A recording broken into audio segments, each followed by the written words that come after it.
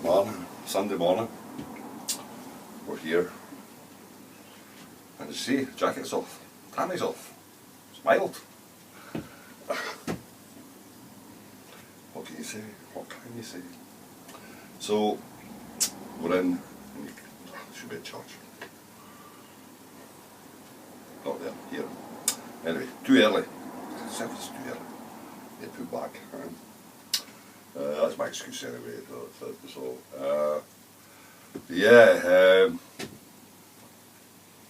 working on these, sorry, so Keller was here yesterday, so we had a bit of discussion on it, and she likes what I've done so far. And so I made up another 12 of them, different sizes, some different sizes, 2 different sizes. Well, there's actually 3, but the small ones I'll leave for now. So, and this one was the original size I'd picked. It was alright, but went bigger obviously. Put the next one on and give it a couple of turns, which hand-wise is probably more. There's something nice about that particular shape that worked, and there's stylised versions of the thing that's out there. They're not a copy of an exact copy of it. I won't do that anyway. Don't really like the thing that's out there, so I don't think it's. But it's rustic. So anyway, do your thing. That's it. So I'm using putting on the wood dyes this morning, the wood inks, and to try and, I think I'll go back to the sienna and the dark green, which was this one, and I tried the red there and the dark green, but it's difficult to know. I don't really know how it'll work. We'll see. But I'm going to do another one here with it. Good thing about doing this is you can go over it. You can go over it with something darker, if you so wish. But once one colour is a dark colour, once it's on, it's on. Covering it up is so you start away light. But what I've been doing is I've been doing this, picking out the. I'll show you on this one. And I've been picking out the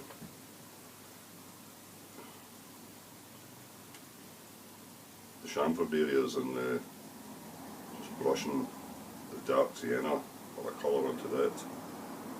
And it's the darker one first, obviously, because when I put the green over it, it will actually cover. And it works quite alright. Well, I did it the last time anyway. And again, you've got to be a bit careful with this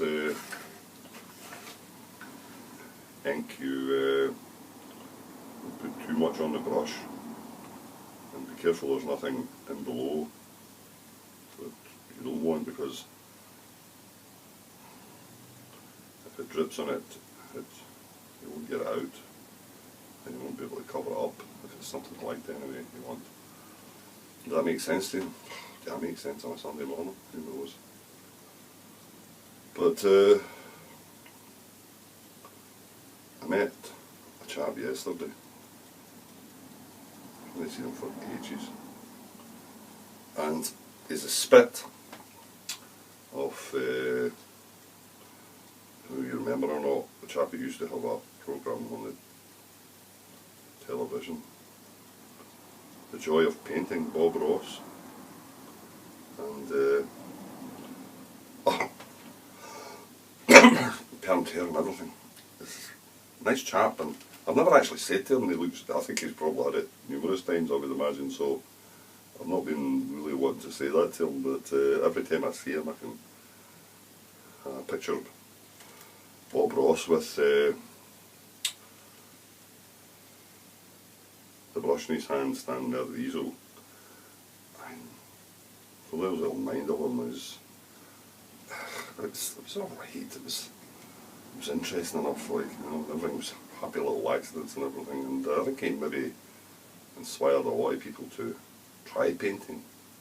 It was always big brushwork and impressionism in a way. Like, you know, he was great for these mountain scenes and cabins and winter scenes and all that kind of thing.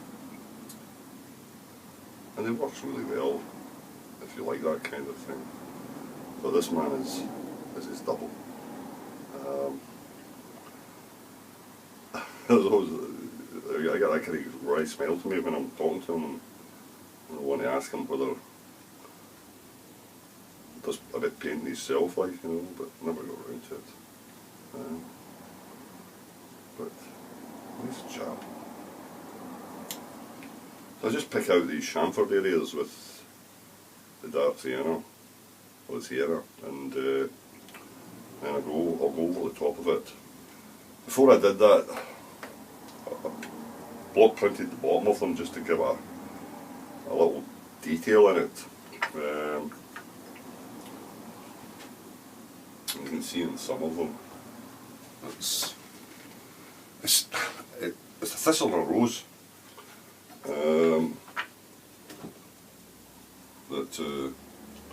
Well, just put some ink on it, and it just breaks up the bottom, gives it look a bit grassy, like, you know, that type of thing. So I'll put that on, more detail. There you are. So now when I do the you can go on quick with this stuff because it soaks in really quickly. It sometimes takes a little longer to dry, but it's alright. I mean, you can lash, what you can do is you can lash over the top of the sienna with it. You don't have to be careful with it. And the effect works quite well. Yeah, so I was actually going to show you these paintings that Colin did, but I'm not going to it yet. I will at some point. Popped in another week there. I had something to lay outside the workshop for ages, and there was another bird, big thing. I remember, same again, I never got around to finish now. Reminded, I think I'm going back the way a young lad, my father was always at me. Finish things, but dear. His workshop was choker, everything, but I think he quite enjoyed the fact that it was interesting for him. I think he would have liked to have done a lot the same, but it just wasn't. He had kind of no fear when it came to these things. I would go at it, and he was always a bit hesitant, I think, and to do that. Just different generation, I think. But he was clever enough in his own way.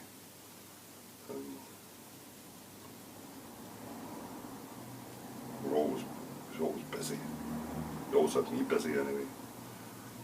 Didn't like to have you lying about, hanging about. Father was up, everybody was up in the house in the morning. And there was no long lines. You know, doctor's lying, they stay in your bloody bed. Nowadays they don't get out of bed. Just staying a whole bloody day.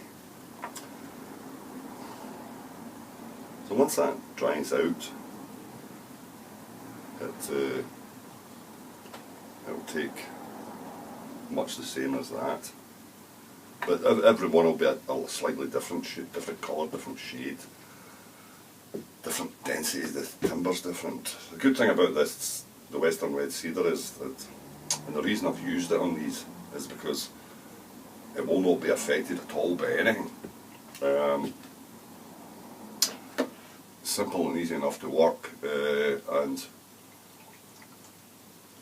it just won't be affected by temperature, moisture, movement. It won't move. The shape you've got there, that will stay that shape. There may be, if it's stood up on or whatever, it would certainly break, but in general, 30, 40 years from now, it'll just be exactly the same as. It won't have changed a bit. That's the good thing about it. Like, you know, there's other woods that you could use, but